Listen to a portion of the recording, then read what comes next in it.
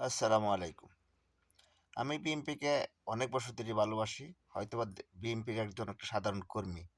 কিন্তু আমরা বিএনপিকে ভালোবাসি। আমি ৯৬ থেকে ঢাকা শহরে আন্দোলন করছি। মহাখালী, বাড্ডা, তিতুমীর কলেজ এবং ৯৬ তে আমি তিতুমীর কলেজে ভোট দিছি। যখন ঢাকা শহরে আমি হয়তোবা সাধারণ একটা চাকরি করতাম, কাজ করতাম। এখন প্রবাসে আছি। আমি বিএনপিকে অনেক ভালোবাসি। খায়া না খায়া আমরা বিএনপির আন্দোলনে থাকি, সবসময় থাকতাম। এখন প্রবাসে আছি। হয়তো আমি একটু বা আউটসাইডে আছি, কারো সাথে যোগাযোগ করতে পারি না। কিন্তু এখন মনে করেন আমি চাই যে আমাদের ভারপ্রাপ্ত চেয়ারম্যান তারেক রহমান আসতেছেন আগামীকাল। আজকে ২৪ তারিখ ডিসেম্বরের, ২৫ তারিখে আসবেন। আমাদের নেতা নেত্রী অনেকেই ডাকা যাচ্ছেন। আমরা অনেক আনন্দিত এবং আমাদের চেয়ারম্যানও দেখে আপনাদেরকে খুশি হবেন। কিন্তু আমাদের চেয়ারম্যানের কাছে একটা আবদার, যাতে আমরা যদি আপনি পাশ করে সরকার গঠন করতে পারেন, দেশের সাধারণ মানুষ যারা আপনার যেভাবে ভালোবাসা দিচ্ছে এখন, এই কথাটা মাথায় রেখে আপনি আমাদের আপনার সাধারণ ভোটার আমরা, আমাদেরকে আপনারা এরকমভাবেই চেষ্টা করবেন রাখার জন্য, এরকমভাবে আমাদেরকে সম্মান দিবেন। আমরা যেন অনেক খুশি হয়ে আপনাকে আরও মাথার উপর আমরা রাখতে পারি। জনগণ দেখেন, দুর্নীতিবাজ কোনো দলের নয়। দুর্নীতি যারা করে তারা ভোট একবার অল্প সংখ্যক। দুর্নীতি না করে ভালো মানুষের ভোট কামানো যায়। আমরা চাই বিএনপির যেন কোনো দুর্নীতি না হয়। হয়তোবা গুটি কয়েকজন দুর্নীতি করবেন, তাকে শাস্তি দিতে হবে। যদি শাস্তি না করেন, তাহলে দলের জন্য অনেক দুর্নাম হবে।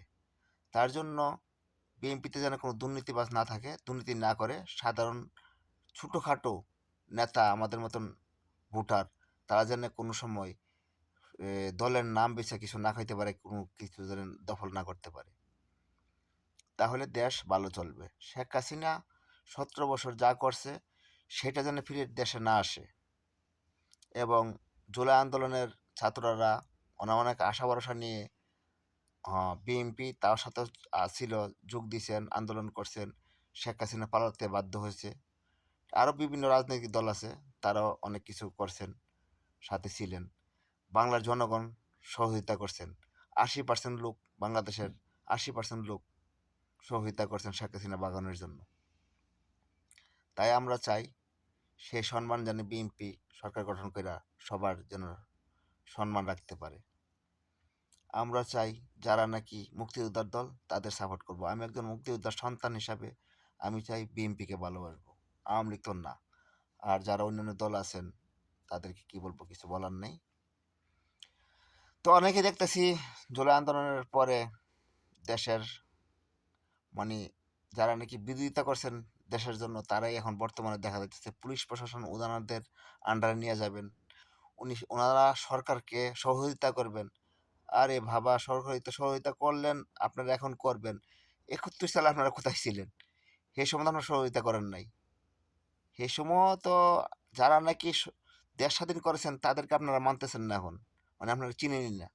আরে ভাই, ওখানে ওই সময় যদি দেশ স্বাধীন না হইতো তাহলে আপনারা কি এখন লাফালাফি করতে পারতেন?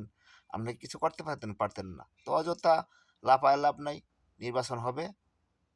নির্বাচন যদি আপনারা জনগণ আপনাদেরকে ভোট দেয়, তা আপনারা অবশ্যই সরকার গঠন করবেন। কিন্তু দেখা যাবে আপনারা কিভাবে দেশ চালান। ভালোভাবে চালান তো বাংলাদেশ সাপোর্ট করবে জনগণ। ভালো না করলে তো সাপোর্ট করবে না। আর আমরা আশা করি বিএনপি আসুক। বিএনপিকে আমরা সাপোর্ট করব।